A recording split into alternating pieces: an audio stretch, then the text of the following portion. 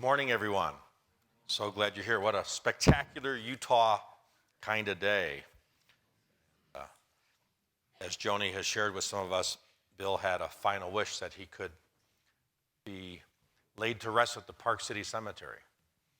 And God has brought about a perfect day for a February day to have an outdoor final moment. And the sunshine of God's love is here. I got to meet with the family some and learn about Bill's life, and what a life.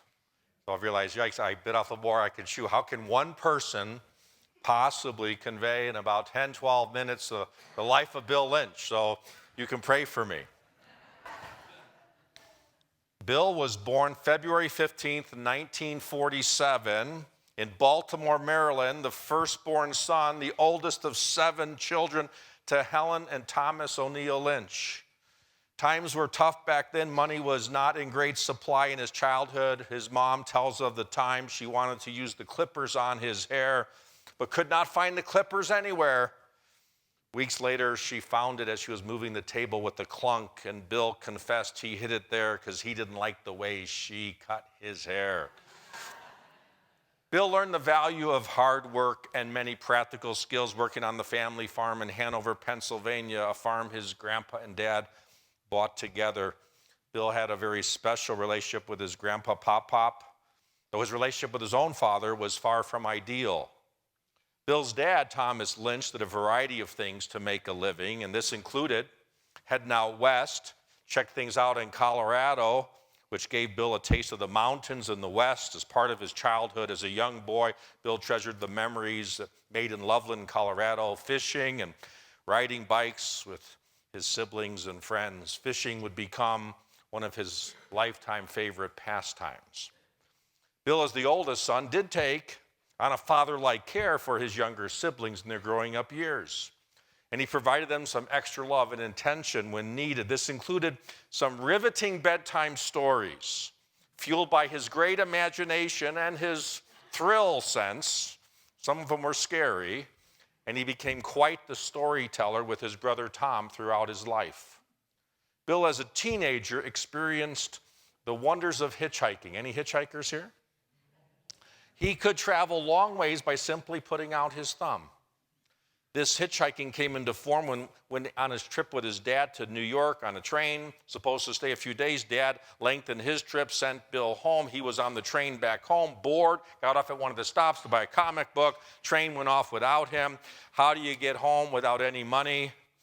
You hitchhike. And he did. Bill was outgoing and friendly, a likable person. As a teenager, he was known to be a sharp dresser. He was an avid reader and a great student.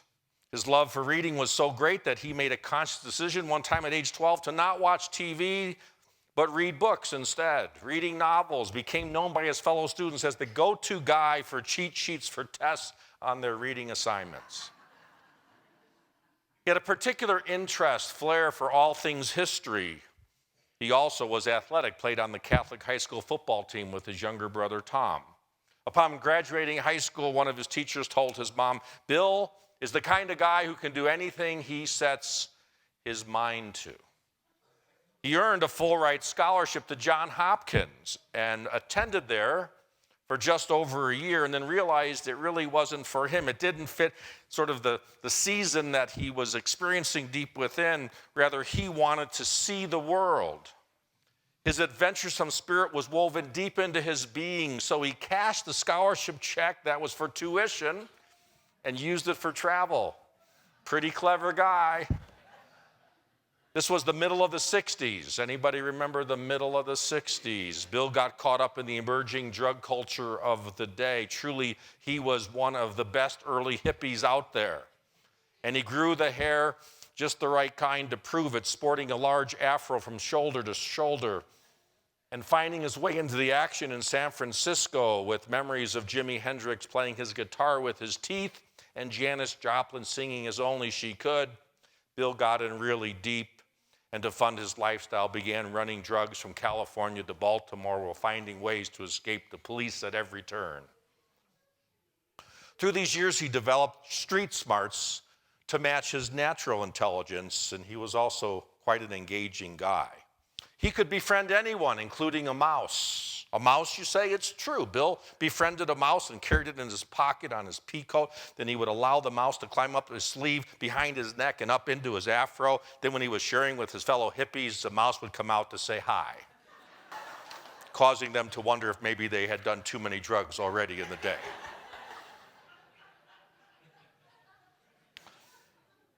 But eventually that drug scene turned really dark, and people were overdosing, and it was getting crazy and evil and dark, and the luster reclining. He decided to travel the real world, the whole world. His wanderlust kicked in.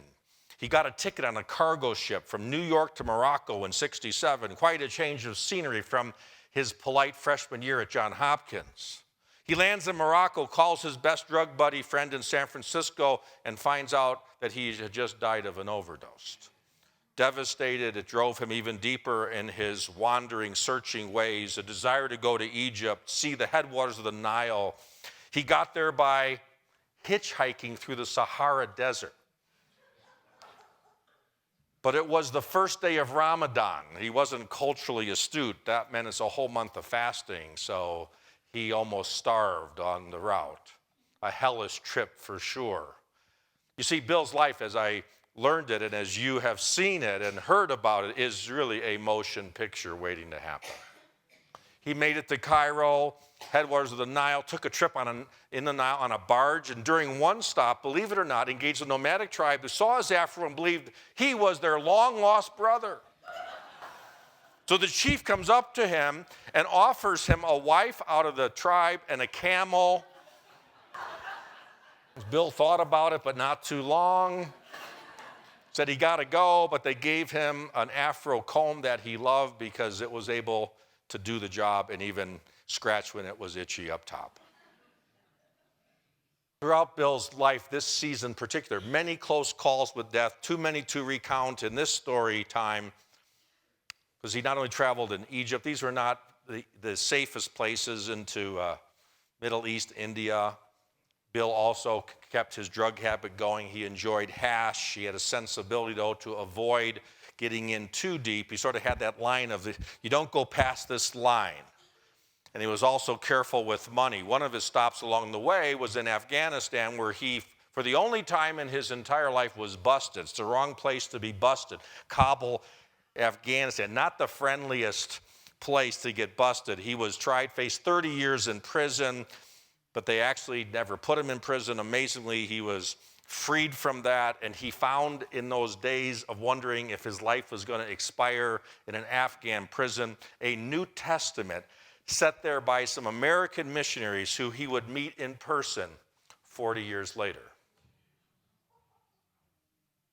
His travels were from Morocco to North Africa to India to Kabul to India again to Pakistan and eventually Nepal. See, and he funded his travels by knowing he could always go back to smuggling and selling drugs, thanks to the network he had created back in the States. It would allow him to fly back at times with drugs, make a handsome profit, and go back to India and beyond. His dream was to end up in Kathmandu. Okay, you got to get in the 60s mindset. You know, where's Nirvana? It's the Himalayas and Kathmandu and the place where the best drugs were being made in all the world. And so Bill got there. He set his mind to it. His teacher was right. But he found out that Nirvana wasn't to be had, and he heard the voice of God speaking to him, because along the way, Bill had made many side deals with God, that if you get me out of this jam, I'll believe in you and serve you. If you get me out of this jam, I'll believe you and serve you. And he heard God say in Kathmandu, you know, you've ripped me off. I've kept my part, and you haven't kept yours. And see, Bill had met a guy. This is so interesting how God works in all of our life. As you listen to Bill's life, I think Bill wants you to think about your life and my life this morning. He met a guy, Charles Christmas, in India, when there was a guru who had become so dominant over all those who were studying under him that Bill felt the evil of his control and needed deliverance. And Charles Christmas came along, an American guy, and said, Bill, I know you may not believe in Jesus, but just speak his name and you can be set free. And he was set free. So in Kathmandu, he opened his heart to Jesus, became a believer over a series of God's interventions in his life. And he heard God say, it's time to go back home. He started his trip back to the U.S. with one problem. $40 doesn't buy you a ticket on a plane. So he found some thieves. I mean, part of Bill's story is, how in the world did you meet those people in that situation? He finds some German thieves, and they love him and befriend him and bring him to Germany and get him a job so he can get the money necessary to buy that plane ticket home. He does some searching. He finds out his family has moved to Colorado. When he arrived home, he was deathly sick with hepatitis and could have died. It took months to regain his strength.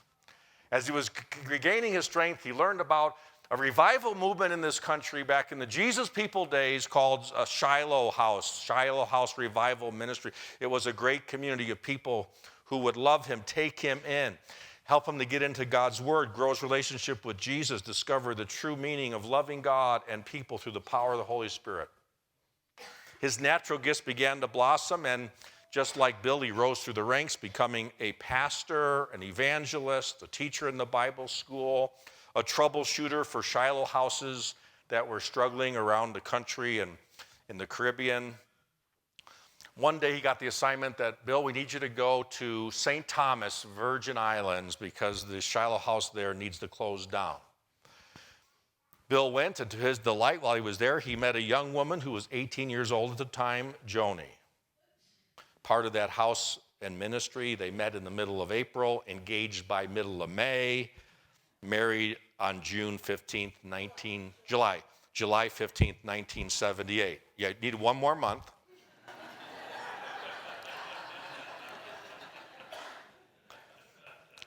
Joni wore her mother's wedding dress, which fit her to the T. The newlyweds honeymooned in St. Thomas at pools and pavilions. Bill began praying for a car back in the States. God, if you give us a car, this is Bill's life, trusting God for, if you give us a car, we'll go back to the States, and God provided a car, though he should have been more specific because he got a car, but it was a lemon. Nonetheless, the young couple took it on a trek from Pittsburgh to Tahoe for a wedding that Bill would officiate. They made it, but not without several breakdowns along the way, learning that they couldn't turn the car off. They could get there if they just kept the car running.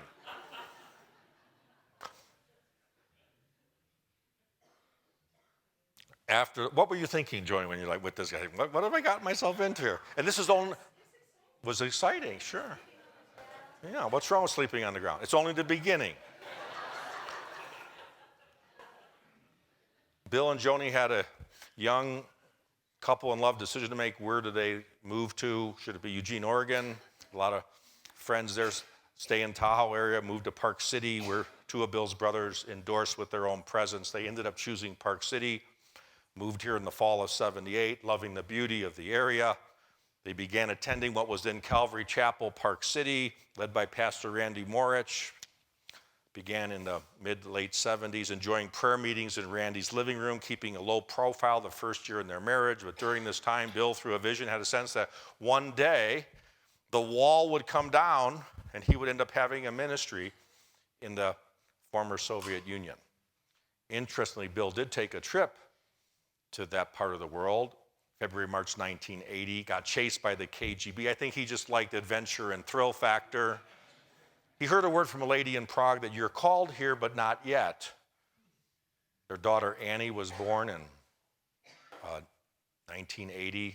The Lynches received a vision, palm tree in the yard, fence around it. What does it mean? We were to move to Southern California. They didn't know anybody in Southern, they didn't have any money to move to. It's hard to break into California. No job, no money, no friends. They sensed God was leading them there, and some amazing things happened, particularly Joni helping support KP Ohanian's head of the Gospel for Asia ministry by networking him into a lot of the Calvary churches, which allowed his ministry to find a whole new level of impact and effectiveness. While in Southern Cal, Bill and Joni were led to enter into the fullness of the revival led by John Wimber that was gaining momentum starting in Yorba Linda.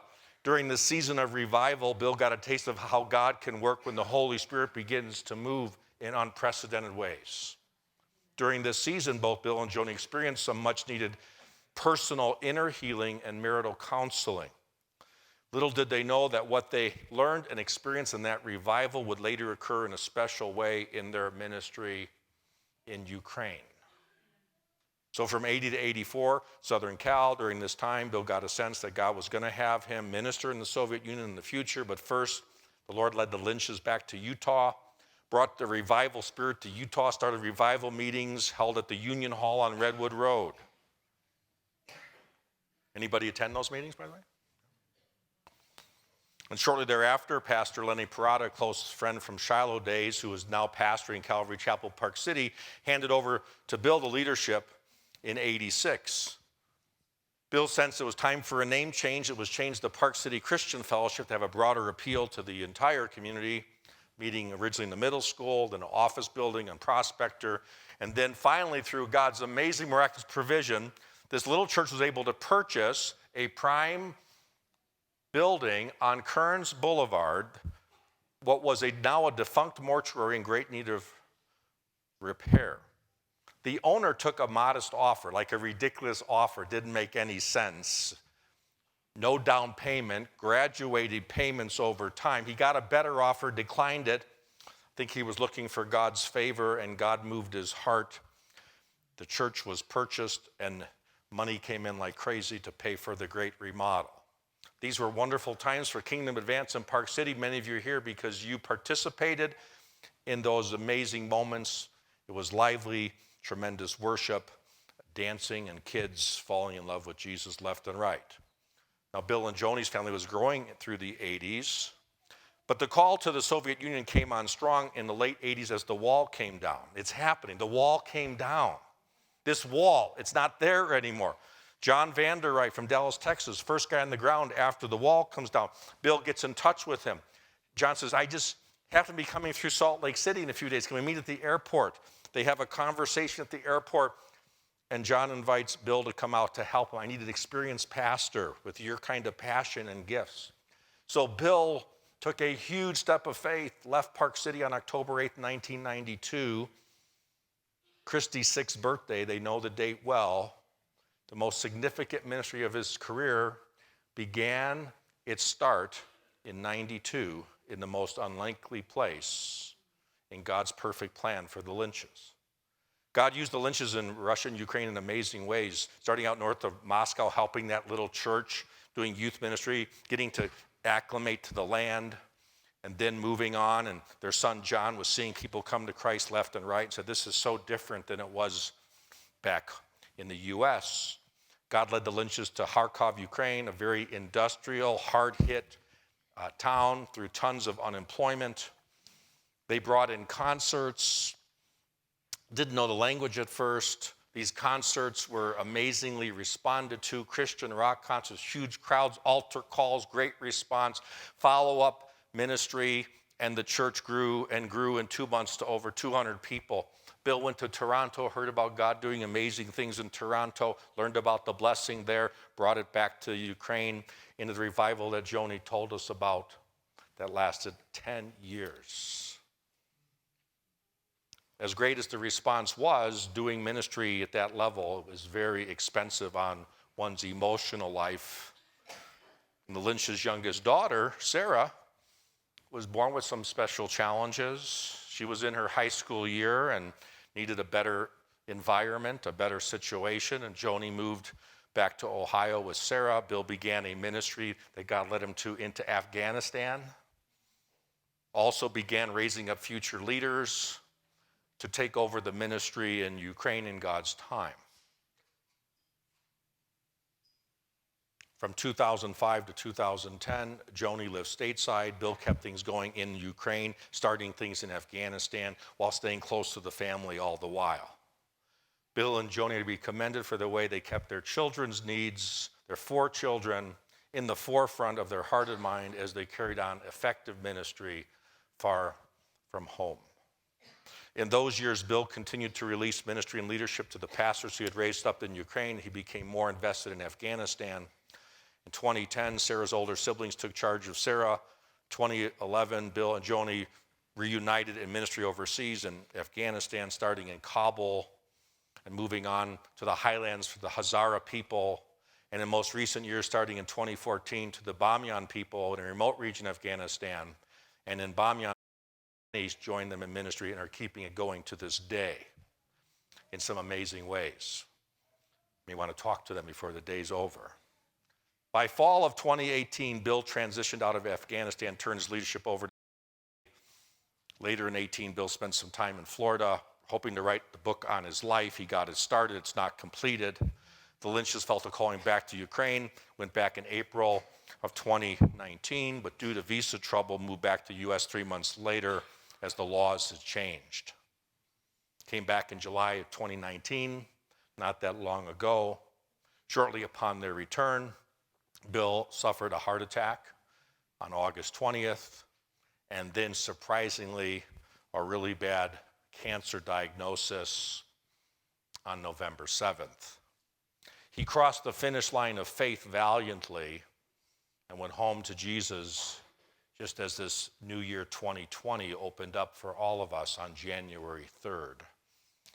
His human wish would be to have a burial at Park City Cemetery, and I believe embedded in that was a wish that you all would come and honor him in his life and be amazed at what God did through one man who could have died of overdose, but instead was filled with the Spirit, touching lives all over the world.